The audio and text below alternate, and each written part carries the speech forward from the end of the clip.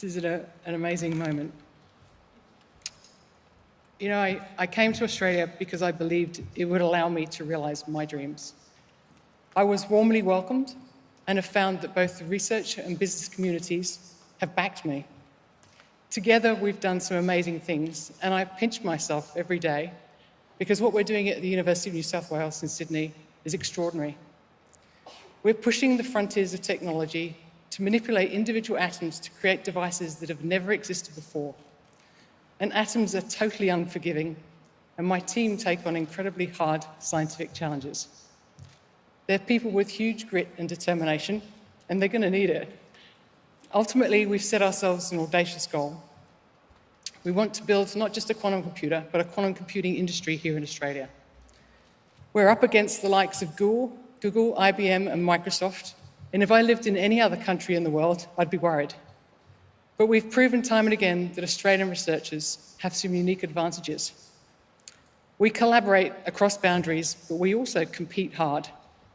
We're down to earth, we judge by results, and we believe in what's real. Our distaste for authority means that we think for ourselves. And best of all, we're prepared to give those hard challenges a go.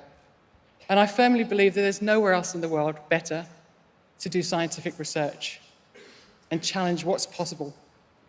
And as someone that was not born in this country, it is a huge honour and, to be honest, a total surprise to be recognised here today, especially when I've been surrounded by so many other extraordinary nominees.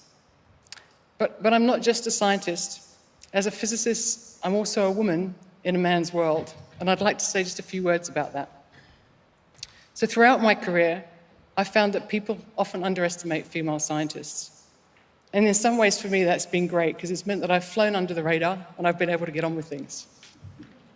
But I'm also conscious when a person starts to believe in what others think of them, that belief can become a self-fulfilling prophecy.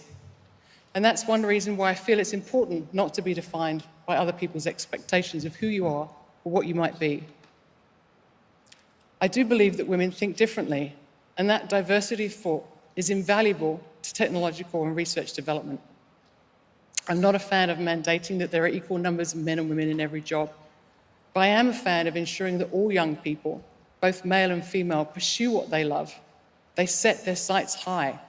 They tackle the hardest challenges in life, and they be the creators, not just the users of technology.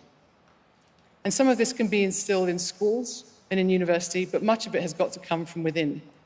And this is true for anyone, but particularly for women. In the same way that you've got to defy the expectations of others, you also have to defy the expectations you place on yourself. So in my life, I've really lived to 4 mantras. Do what's hard, place high expectations on yourself, take risks, and do something that matters. And these ideas have kept me going when things have got tough. But I've also come to realise that I'm very fortunate to live in a country that not only accepts these ideals, but celebrates them. And that's something that says something very important about Australian society. And that's why I say to all those young people out there who've got dreams that they're following in, be proud of your country and of who you are. Know that reward comes from hard work, and some of the biggest rewards come from taking on the biggest challenges. And understand that there are many opportunities here as there are anywhere else in the world.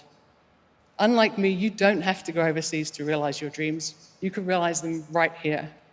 Just look into your own heart and look to your own land. Thank you.